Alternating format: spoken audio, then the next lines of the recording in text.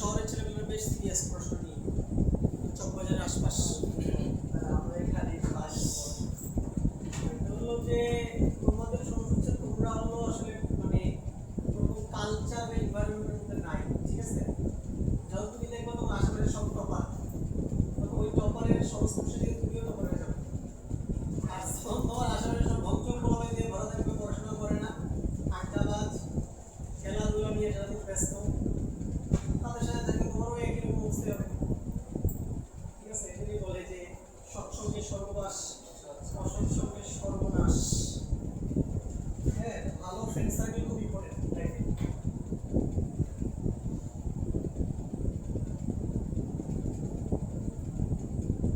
চলো লাস্ট ক্লাসে আমরা আরেকটু রিভাইজ করে কি করছিলাম আমরা দেখি। আমরা করছিলাম পারমাণবিক ব্যাসার্ধ।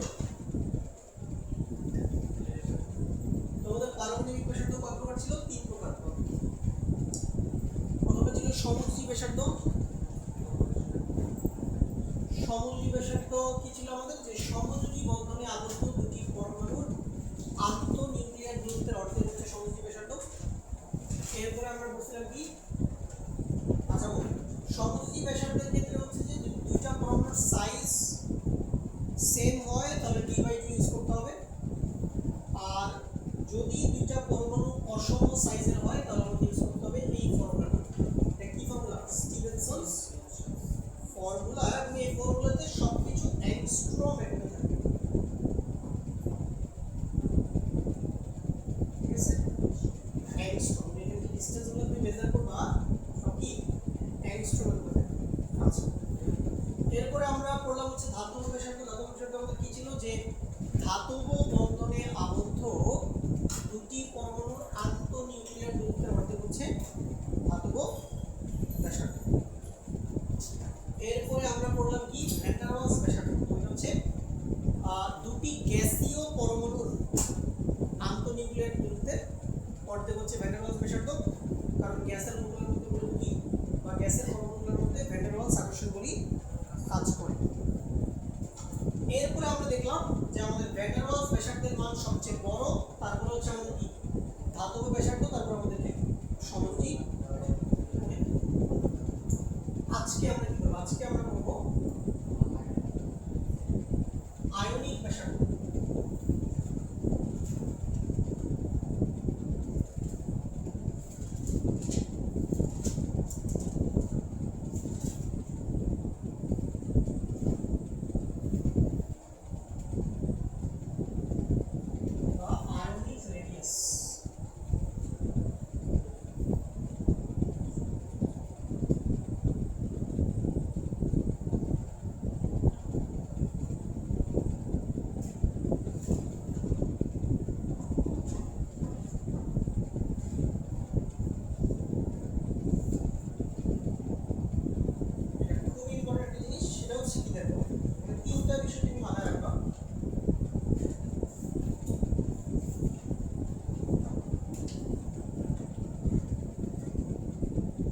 প্রথমটা হচ্ছে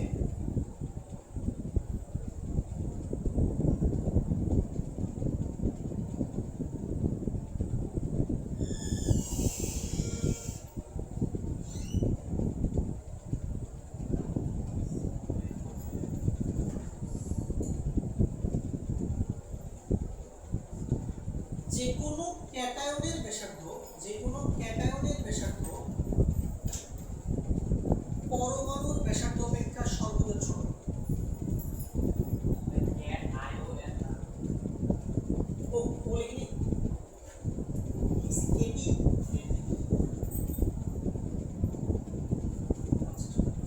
তাহলে যে কোনো ক্যাটায়নের ব্যাসার্ধ পরমাণুর ব্যাসার্ধ অপেক্ষা সর্বদা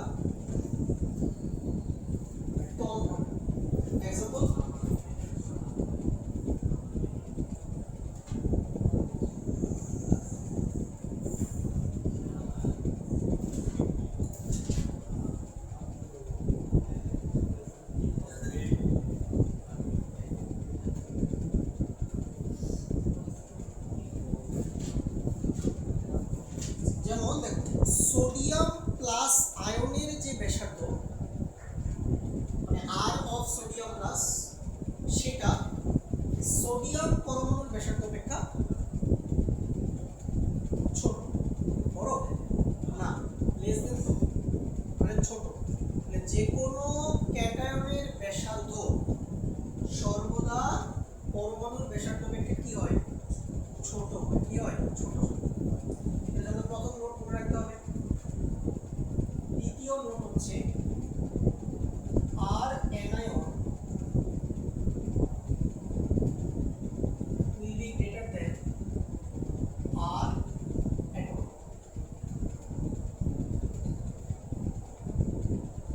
অর্থাৎ অ্যানায়নের ব্যাসার্ধ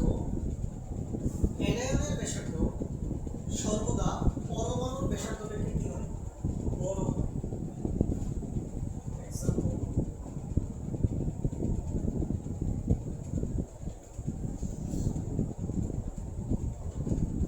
যেমন RCl minus will be greater than RCl। তো এখানে ব্যাসার্ধের এক্স্যাক্টলি মান তোমার জানা প্রয়োজন নেই, যে ব্যাসার্ধের মানটা কত, এগুলো তোমার জানা লাগবে না। তোমাকে এটা বুঝতে হবে যে ব্যাসার্ধ ছোট হবে নাকি বড় হবে। আর এই ব্যাসার্ধগুলো হচ্ছে যে মেজরিটি পার্সেন্ট অফ টাইম তোমার পিকোমিটারে মেজার করা হয়। পিকোমিটার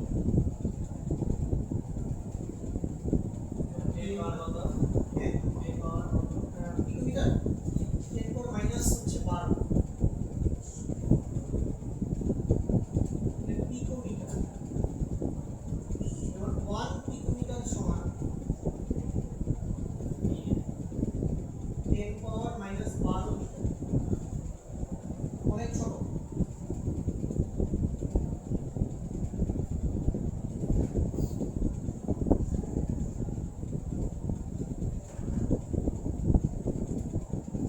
মনে রাখবা যে ক্যাটায়নের ব্যাসার্ধ সর্বদা পরমাণুর ব্যাসার্ধ অপেক্ষা ছোট হবে, অ্যানায়নের ব্যাসার্ধ সর্বদা পরমাণুর ব্যাসার্ধ অপেক্ষা বড় হবে।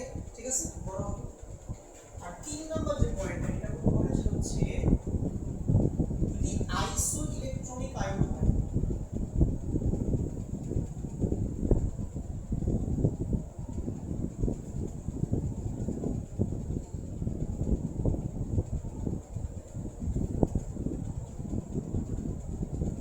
মানে কি, আমি এমন কতগুলো পজিটিভ আয়ন নিব বা নেগেটিভ আয়ন নিব বা পরমাণু নিব যাদের মধ্যে সম সংখ্যক ইলেকট্রন থাকে।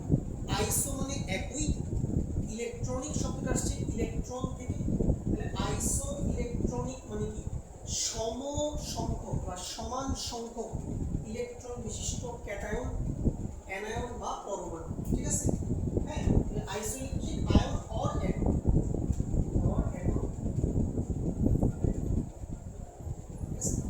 এদের ক্ষেত্রে আমাদের একটা রুল আছে। রুলটা হচ্ছে ব্যাসার্ধ ইজ প্রপোর্শনাল টু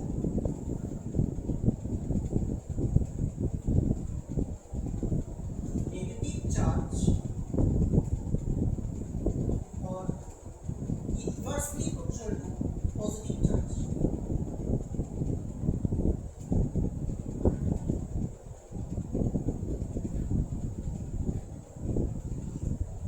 মানে কি, নেগেটিভ চার্জ যত বাড়বে, আয়নের নেগেটিভ চার্জ যত বাড়বে ব্যাসার্ধ তত বাড়বে, আর আয়নে পজিটিভ চার্জ যত বাড়বে ব্যাসার্ধ তত কমবে। আইসো ইলেকট্রনিক আয়ন একটা বুঝাচ্ছি, আমি ভেবেছিলাম রুলটা আগে লিখলাম, এখন আমি এক্সাম্পল দিয়ে বুঝাবো। তার আগে এটা মাথায় ঢুকিয়ে নাও যে আয়নের নেগেটিভ চার্জ বাড়লে ব্যাসার্ধ বাড়ে, আর আয়নের পজিটিভ চার্জ বাড়লে ব্যাসার্ধ কমে। এটাকে মাথার মধ্যে সেট করে নিও। এখন হলো এক্সাম্পল দেখি।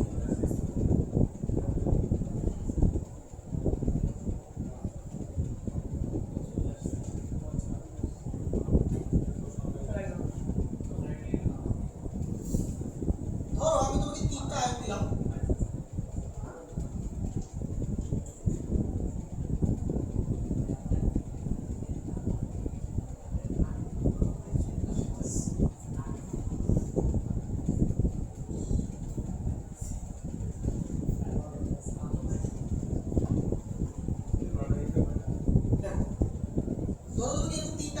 Sodium plus, magnesium 2 plus, aluminium 3 plus.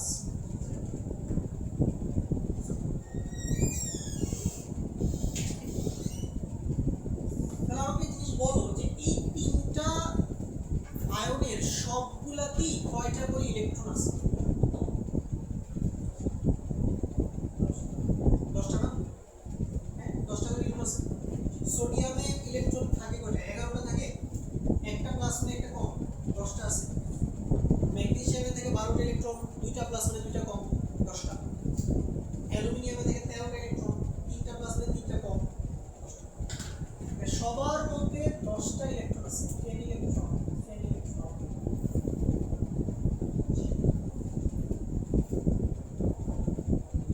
তাহলে যেহেতু সবার মধ্যে 10টা করে ইলেকট্রন আছে, তাহলে এরা সবাই হচ্ছে কি আইসো ইলেকট্রনিক।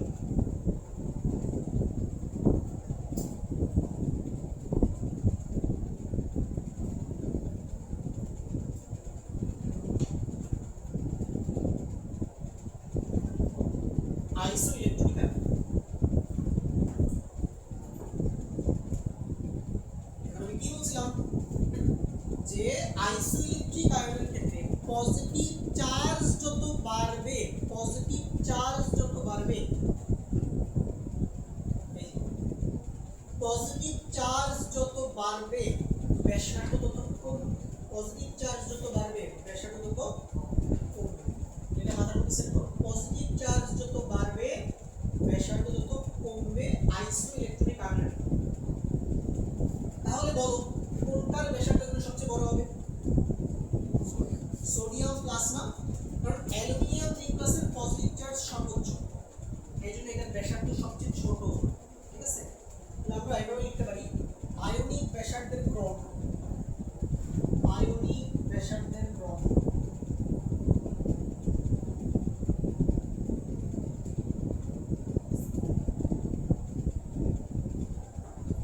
আয়নিক ব্যাসার্ধের ক্রম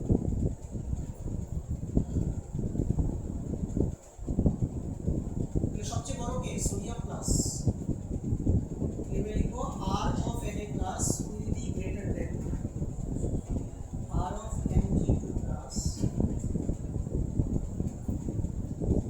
will be greater than R of Mg2 plus। Sodium প্লাসের ব্যাসার্ধ সবচেয়ে বড়, তারপরে হচ্ছে Mg2 plus, তারপর হচ্ছে অ্যালুমিনিয়াম প্লাস।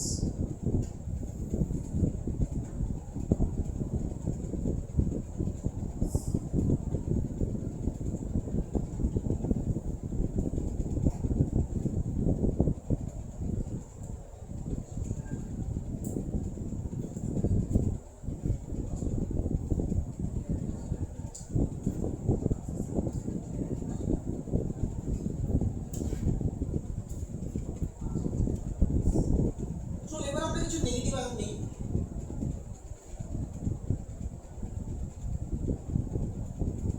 আমরা নিলাম F মাইনাস, O2 মাইনাস,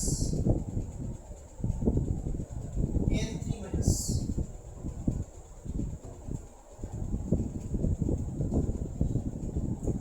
তাহলে বলো এই তিনটা নেগেটিভ আয়নের সবগুলোর মধ্যে কয়টা করে ইলেকট্রন আছে? 10টা করে আছে। ফ্লোরিনে 9টা ইলেকট্রন থাকে, একটা মাইনাস, 10টা। অক্সিজেনে থাকে 8টা ইলেকট্রন, 2টা মাইনাস, 10টা।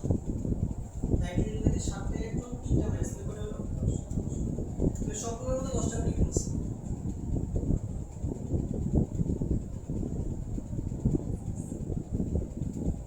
কারণ এরা সবাই আইসো ইলেকট্রনিক। এখন আমাদের রুল কি ছিল? রুল কি ছিল যে নেগেটিভ চার্জ যত বাড়বে, নেগেটিভ চার্জ যত বাড়বে ব্যাসার্ধ তত বাড়বে, নেগেটিভ চার্জ যত বাড়বে ব্যাসার্ধ তত বাড়বে। তাহলে আমরা কি লিখতে পারি আয়নিক ব্যাসার্ধের ক্রম, আয়নিক ব্যাসার্ধের ক্রম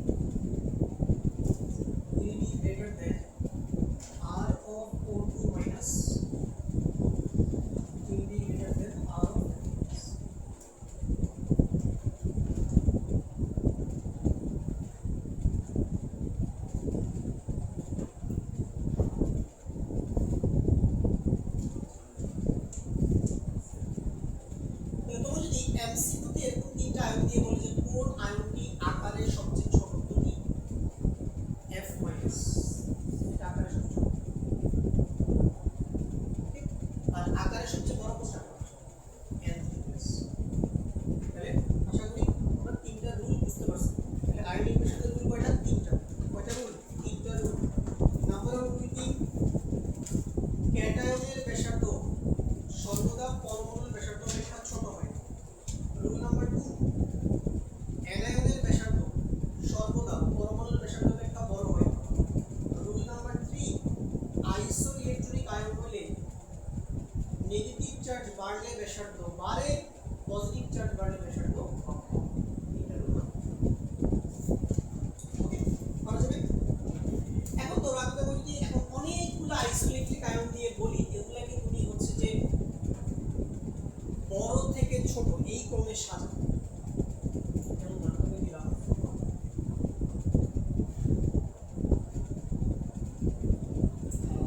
সোডিয়াম প্লাস, ধরো দিলাম অ্যালুমিনিয়াম 3+, ম্যাগনেসিয়াম 2+,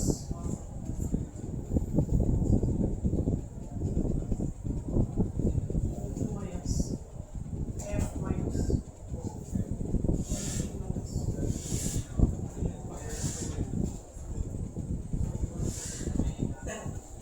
এখানে কতগুলো পজিটিভ আয়ন দেওয়া আছে, কতগুলো নেগেটিভ আয়ন দেওয়া আছে, এবং একটা নিরপেক্ষ পরমাণু আছে নিয়ন। এই সবগুলো আয়ন বা পরমাণুর মধ্যে 10টা করে ইলেকট্রন আছে। নিয়নে 10টা ইলেকট্রন থাকে না, নিষ্ক্রিয় গ্যাস। তাহলে এরা সবাই হচ্ছে আইসো ইলেকট্রন।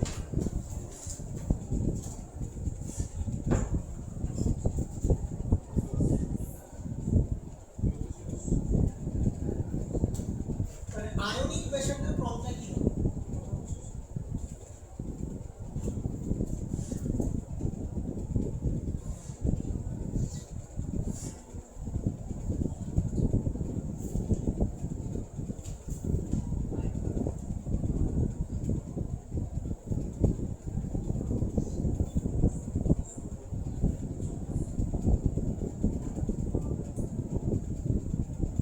বলো সাইজের সবচেয়ে বড় কি হবে? N3-, এটা সবচেয়ে বড়।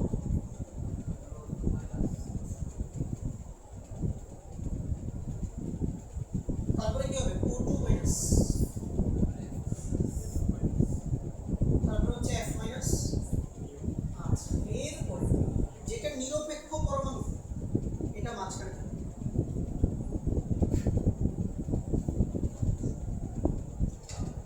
এরপরে কি হবে বলো?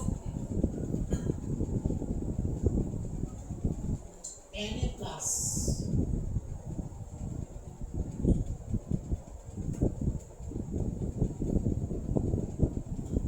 তারপরে হবে Mg2+,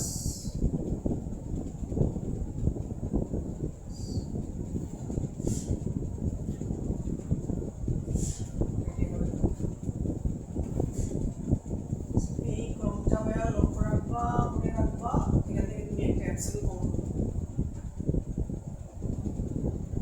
আসবেই।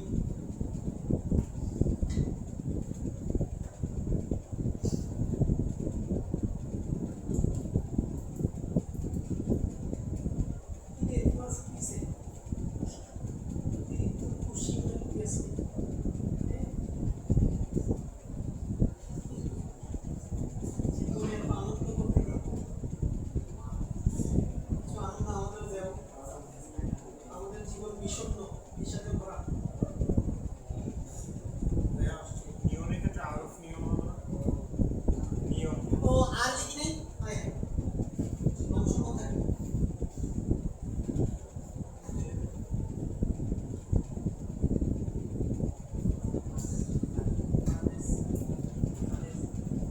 হ্যাঁ, তোমাদের যে ভুল টুল ধরবা, হ্যাঁ তোমাদের কাজই তো ক্লাসে বসে ভুল ধরবে। হ্যাঁ, মজার কথা হচ্ছে ভুল ধরা খুব ইজি কাজ। হ্যাঁ, তুমি সহজেই ক্লাসে ভুল ধরতে পারবে। কিন্তু তোমার এনে যদি বলি তুমি 5 মিনিট পড়াও, মানে বুদ্ধি একটা কথা হবে ওটা।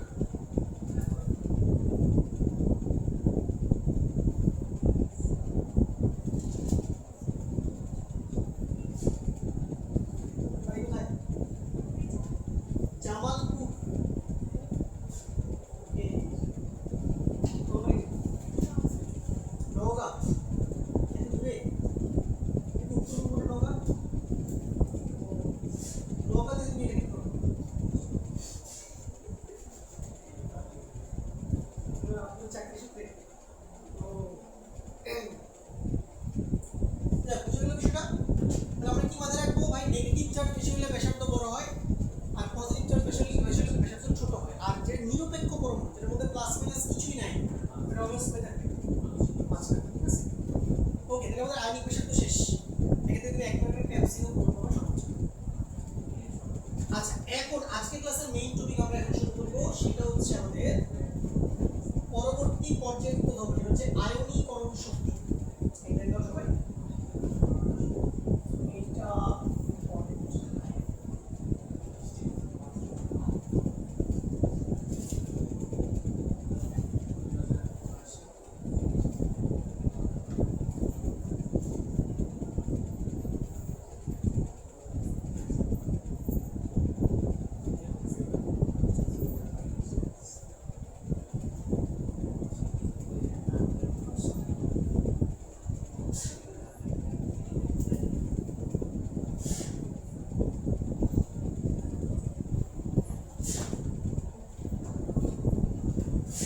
সো এটাকে আয়োনাইজেশন এনার্জি বলে এটার সংক্ষিপ্ত রূপ হচ্ছে আইই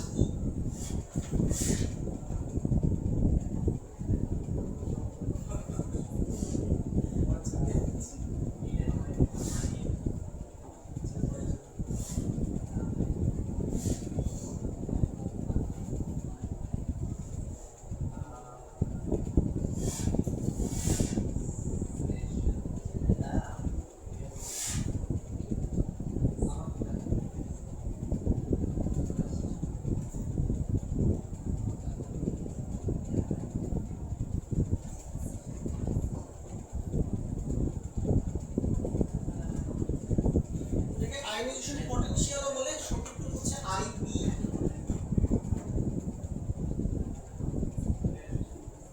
এটাকে আয়নীকরণ বিভব বলে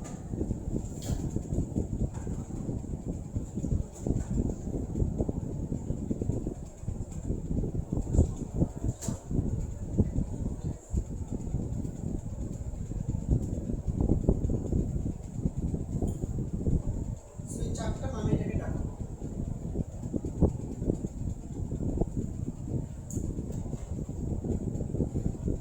তো ডেফিনিশন লিখি আগে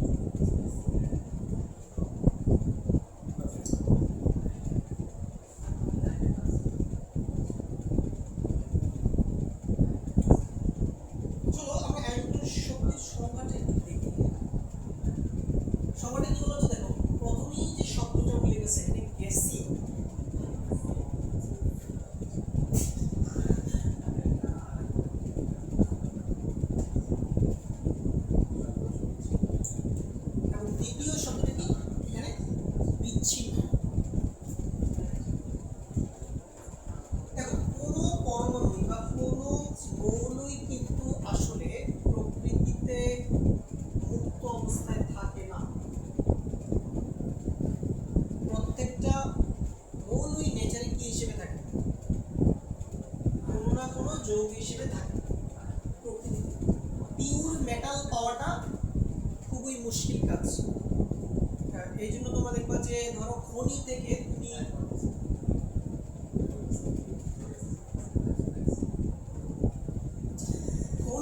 দেখো যখন তুমি হচ্ছে যে বিভিন্ন আকরিক তুমি হচ্ছে সংগ্রহ করো, দেন ওই আকরিক থেকে তুমি ধাতু নিষ্কাশন করে ফাইনালি তুমি পিওর ধাতুটা কি করো, সংগ্রহ করো। তাহলে নেচারে কিন্তু আলটিমেটলি কোনো কিছুই মৌল হিসেবে থাকে না, প্রায় সব কিছুই কি যৌগ হিসেবে থাকে। এখন মনে করো তুমি একটা বিচ্ছিন্ন পরমাণু পাইতে চাও, একটা আইসোলেটেড অ্যাটম। ধরো তুমি একটা বিচ্ছিন্ন সোডিয়াম পরমাণু চাচ্ছ, তো একটা বিচ্ছিন্ন সোডিয়াম পরমাণু কিন্তু কখনোই কঠিন বা তরল অবস্থায় পাওয়া সম্ভব নয়। ধরো তুমি সোডিয়াম ধাতুর একটা খন্ড নিচ্ছো, পিওর সোডিয়াম ধাতুর খন্ড, সেখানে কিন্তু অসংখ্য সোডিয়াম পরমাণু ধাতব বন্ধনের মাধ্যমে পরস্পরের সাথে যুক্ত আছে। যদি এখন আমি সোডিয়াম ধাতুকে গলাই তাপ দিয়ে, সেখানেও কি দেখা যাবে,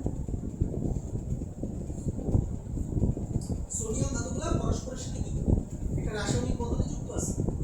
তারা কিন্তু বিচ্ছিন্ন অবস্থায় নেই, একমাত্র গ্যাসীয় অবস্থায় নিলেই কেবলমাত্র সোডিয়ামকে বিচ্ছিন্ন অবস্থায় পাওয়া সম্ভব হবে।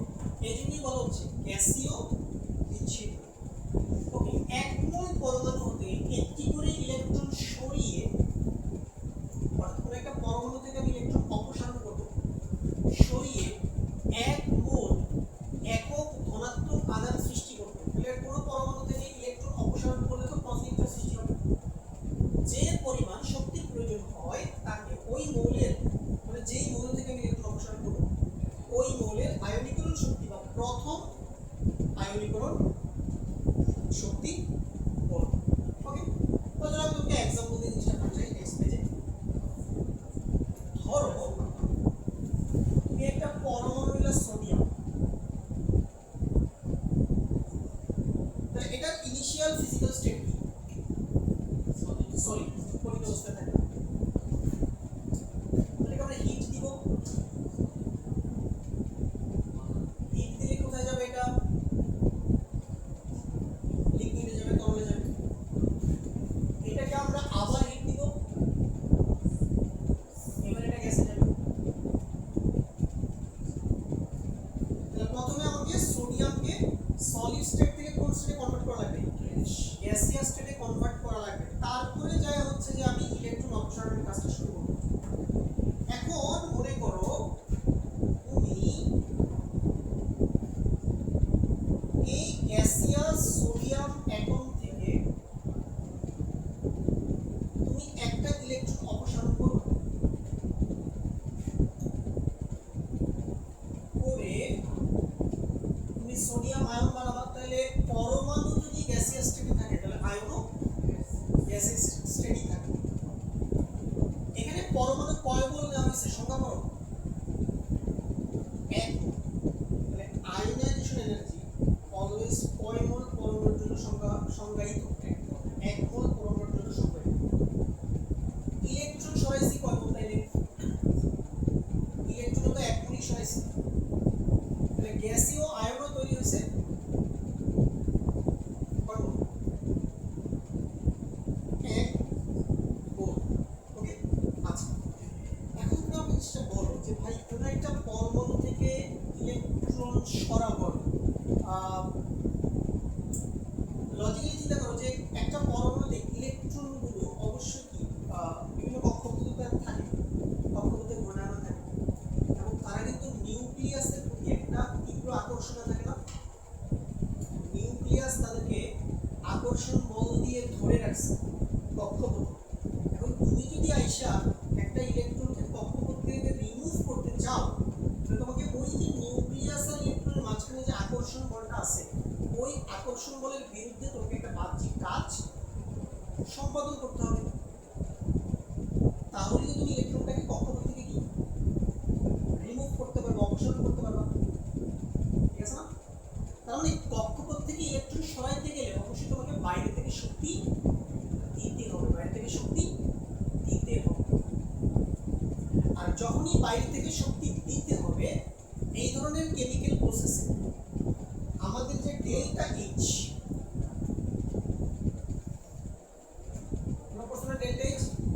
ডেল্টা এইচ কি?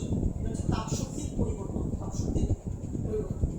বলো তো ডেল্টা এইচ পজিটিভ হবে না নেগেটিভ হবে এখানে? ডেল্টা এইচ পজিটিভ হবে না নেগেটিভ? বলো সাথে বলো। ও নিশা, আচ্ছা আচ্ছা বলো নিশা যে এখানে ডেল্টা এইচ পজিটিভ হবে না নেগেটিভ? পজিটিভ হবে। কেন পজিটিভ হবে? কেন না, এটা শক্তি দেওয়া লাগবে, এই জন্য কি পজিটিভ। শক্তি যদি দেওয়া লাগে তোমার তাহলে সেক্ষেত্রে delta H positive. Delta H এর মান আমাদের জানা দরকার নেই। ধরো আমি ডেল্টা এইচ এর মান বললাম x,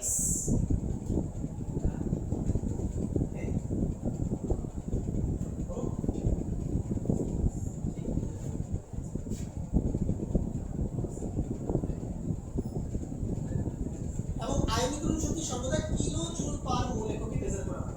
এক মোলের জন্য কত কিলো জুল শক্তি দেওয়া হয়েছে। ওকে, তোমার ভ্যালু জানা দরকার নেই x এর মান এক্স্যাক্টলি কত এটা আমাদের জানা নেসেসারি না। আমরা জাস্ট পজিটিভ হবে নাকি নেগেটিভ হবে, বেশি হবে নাকি কম হবে এই ব্যাপারগুলো বোঝার চেষ্টা করি।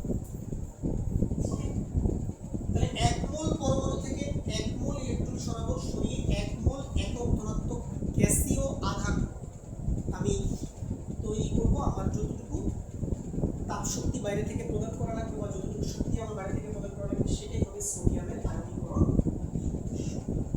বা সোডিয়ামের কি বলছিলাম প্রথম আয়নীকরণ। এটাকে তুমি বলতে পারো আই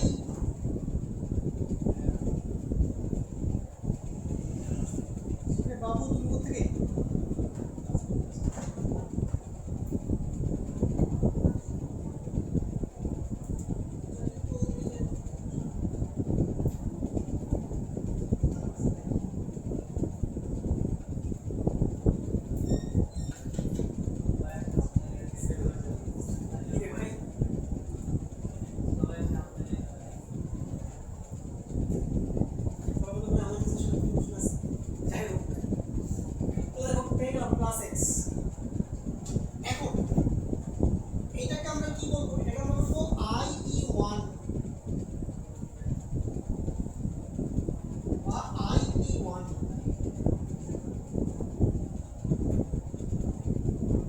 প্রথম আয়নীকরণ শক্তি বা প্রথম আয়নীকরণ বিভব, আয়োনাইজেশন এনার্জি 1 অথবা আয়োনাইজেশন পটেনশিয়াল 1। এখন দেখো আমি এই কাজটা করতে চাই, যদি আমি এই সোডিয়াম প্লাস থেকে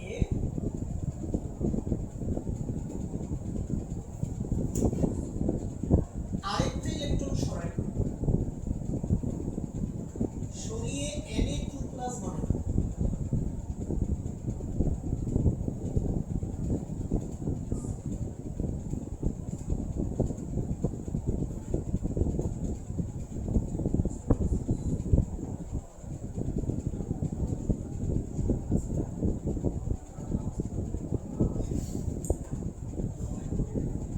এইবার আমাকে বলতো, এইবার আমাকে শক্তি আগের চেয়ে কম লাগবে নাকি বেশি লাগবে? ধরো আগে তো x পরিমাণ শক্তি লাগছে, x একটা মান আছে। এখন Na+ থেকে ইলেকট্রন সরাইতে শক্তি আগের তুলনায় কম দিতে হবে নাকি বেশি? বেশি দিতে হবে।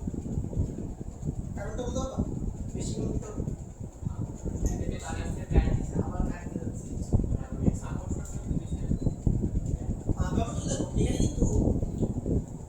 যখন তুমি সোডিয়াম থেকে একটা ইলেকট্রন সরাই ফেলছো,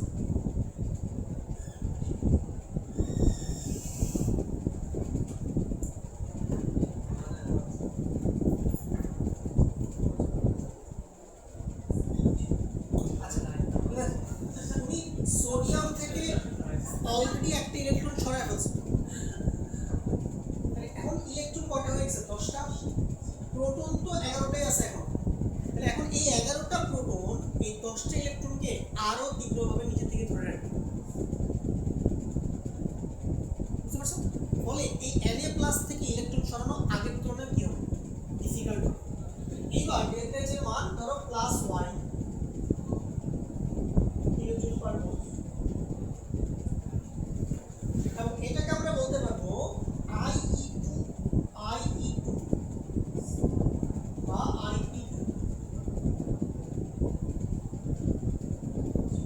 ঠিক আছে বা দ্বিতীয় আয়নীকরণ শক্তি বা দ্বিতীয় আয়নীকরণ বিভব তাহলে প্রথম ইলেকট্রন সরাইতে যে শক্তি লাগে তাকে বলে প্রথম আয়নীকরণ শক্তি আর দ্বিতীয় ইলেকট্রন সরাইতে যে শক্তি লাগে তাকে বলা হয় দ্বিতীয় আয়নীকরণ শক্তি আচ্ছা এবার যদি আমরা একটা কাজ করি আমরা যদি Na2+ থেকে সরাই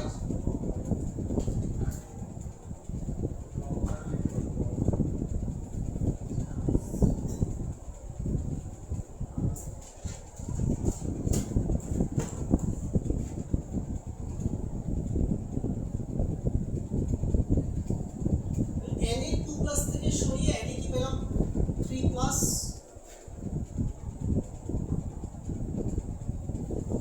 ধরো এইবার ডেল্টা H এর মান হচ্ছে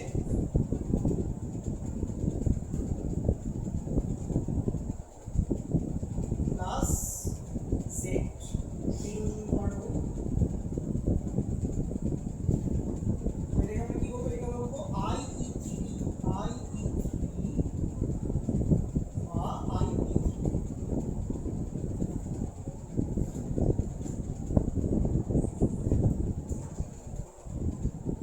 তৃতীয় আয়নীকরণ শক্তি বা তৃতীয় আয়নীকরণ তাহলে বলো তো z এর মান y থেকে বড় হবে নাকি ছোট z এর মান y থেকে কি হবে বড় হবে মানে Na2+ থেকে ইলেকট্রন সরাতে আরো বেশি শক্তি লাগবে ওকে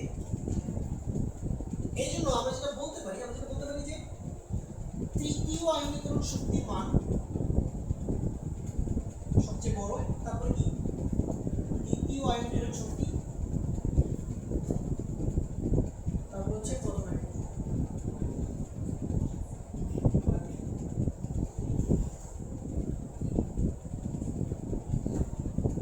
দেখো চতুর্থ আয়নীকরণ শক্তি কিন্তু তৃতীয় আয়নীকরণ শক্তি থেকেও কি হবে বড় হবে এবং এইভাবে চলবে কিন্তু কথা হচ্ছে ভাই কোনো একটা পরমাণু থেকে এতগুলো ইলেকট্রন সরানো খুবই কঠিন কাজ ঠিক আছে ওকে আচ্ছা তুমি কি এই জিনিসগুলো দেখছো কখনো এগুলো কি অস্তিত্ব আছে বলো তো আমারে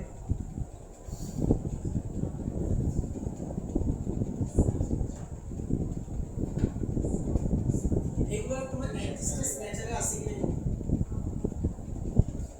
নাই আছে আমি এমন একটা যৌগ দেখাবো যেখানে সোডিয়াম 2+ আছে দেখাইতে বলে এগুলো পড়াশোনা চাইলে চলে যাবো ঠিক আছে সন্ন্যাসে চলে যাবো সন্ন্যাসে যদি দেখাইতে পারে নাই ঠিক আছে Na+ গঠিত হয় কিন্তু Na2+ গঠিত হয় না এই কোশ্চেনটা পরীক্ষায় আসবে লিখে রাখো কোশ্চেন লিখো অনুধাবনমূলক প্রশ্ন Na+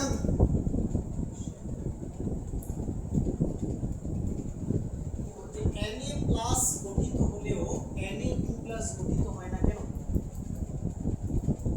Na+ গঠিত হলেও Na2+ গঠিত হয় না কেন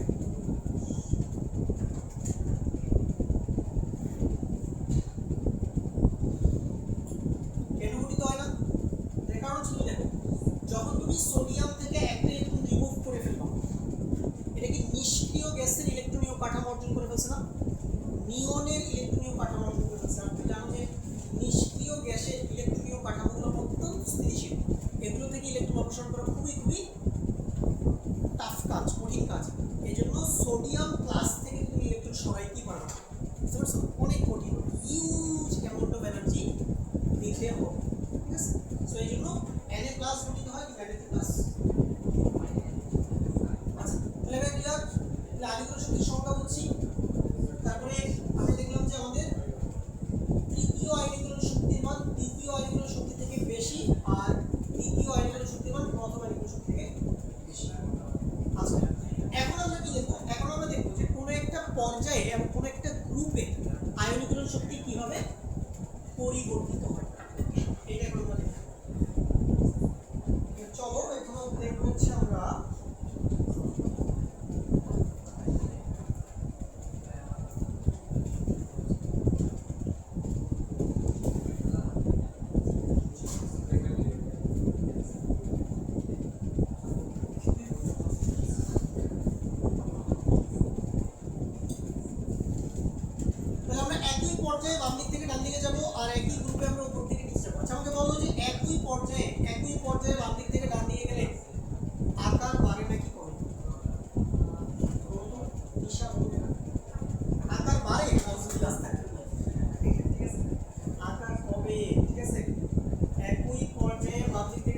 আকার কমে, আকার কমে।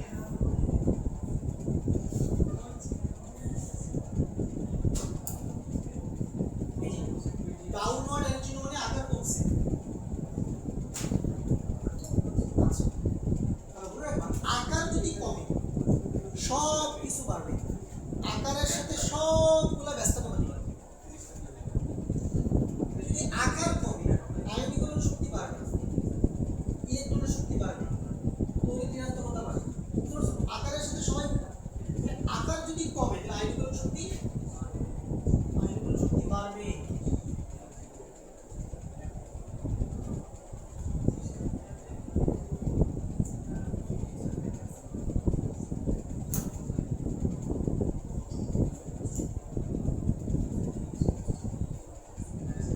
আপওয়ার্ড ডিরেকশন এনার্জি মানে কি? আয়নীকরণ শক্তি বাড়তেছে, বৃদ্ধি পাচ্ছে।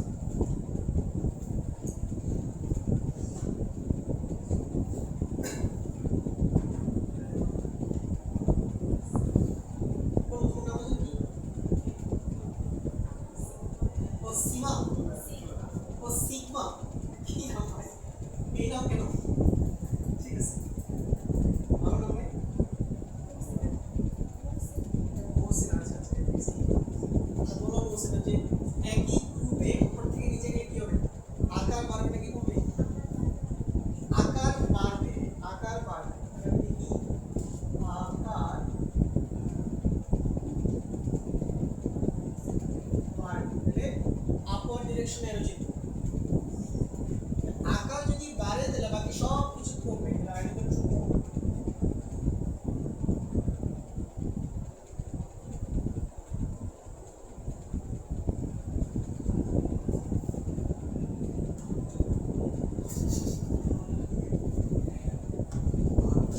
বুঝছো? ইজি না? তাহলে একই পর্যায়ে ইলেকট্রন গেলে কি আকার কমবে, আয়নীকরণ শক্তি বাড়বে। একই গ্রুপে উপর থেকে নিচে নামলে আকার বাড়বে, আয়নীকরণ শক্তি। বুঝলে? তাহলে আমরা কি শিখলাম আজকে? আয়নিক ব্যাসার্ধ শিখলাম, আয়নীকরণ শক্তির সংজ্ঞা শিখলাম, আমরা আয়নীকরণ শক্তির প্রকারভেদ তুলে দিলাম, প্রথম, দ্বিতীয়, তৃতীয়। এরপর আমরা পর্যায়ভিত্তিক এবং ভিত্তিক পরিবর্তন দেখলাম। আগামী ক্লাসে আমরা এইখান থেকে কন্টিনিউ করবো, আরো ডিটেলস পড়াশোনা করবো।